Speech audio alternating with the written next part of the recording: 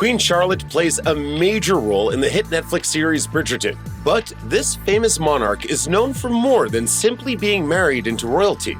Who is the real Queen Charlotte from Bridgerton? Netflix's Bridgerton has become a serious hit. Not only has it been renewed for 2 more seasons, but its second season is proving to be just as popular as its first. Even more good news is on the horizon for Bridgerton fans. Queen Charlotte is getting her own spin-off. Bridgerton has drawn in viewers with scandalous stories of Britain shortly after the Revolutionary period. It's also raising questions about the royal family that haven't been asked in popular culture for a long time. It's hard to tell what's real and what's fiction. The show brings us back to a time period we've never experienced.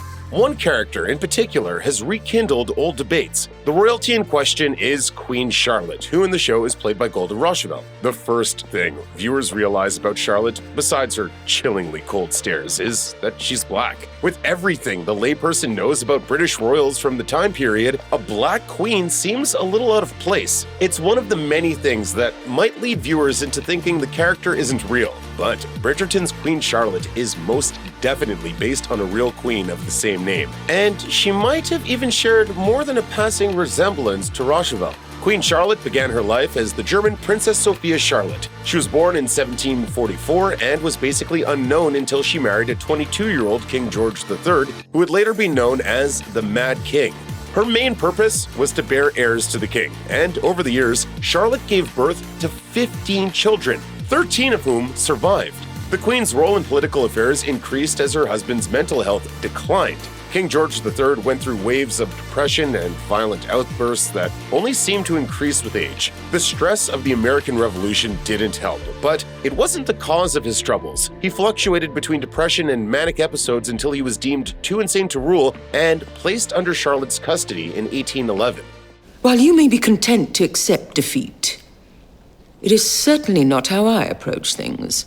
Though the fact is highly debated, some historians believe that Queen Charlotte was one of, if not the first and only, Black Queen of Britain. It's not something that's been outright disproven, but some historians think the evidence is too thin to support the claim. If true, it could bring a new, lost history to the entire European monarchy, given that her 13 surviving children went on to populate royal families across Europe. Queen Charlotte may have been a German princess, but she was also a descendant of Portuguese royal Margarida de Castro e Souza, a member of what some historians believe to be a black line of Portuguese nobility. However, given how far removed she would have been from any African heritage, most historians believe it's too difficult a claim to support. Other evidence that's usually cited to support Charlotte's heritage are the portraits painted by Sir Allan Ramsay. Ramsay was an intellectual abolitionist who painted Charlotte with features that were decidedly African in nature and in complete contrast to the way she was painted by others. At the time, features like this would have been painted out of royal portraits as undesirable traits because of deeply held racist beliefs. But Ramsay, a man who married into a family that was partly responsible for ending British slavery, had no intention of keeping the status quo.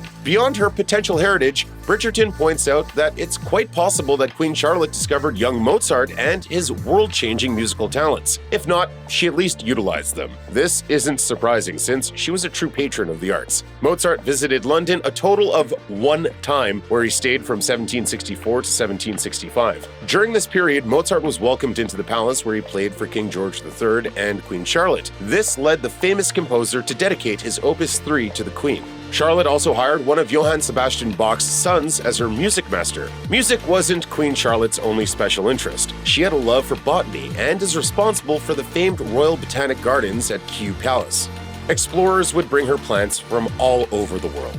Charlotte made sure they were tended to and kept safe in the royal gardens. Another of her interests was philanthropy. Charlotte was responsible for founding several orphanages and providing patronage for London's General Lying-in Hospital. And she managed to do all of this while dealing with a mentally unstable husband during a time when the monarchy faced numerous challenges. Check out one of our newest videos right here. Plus, even more grunge videos about world history shows and movies are coming soon. Subscribe to our YouTube channel and hit the bell so you don't miss a single one.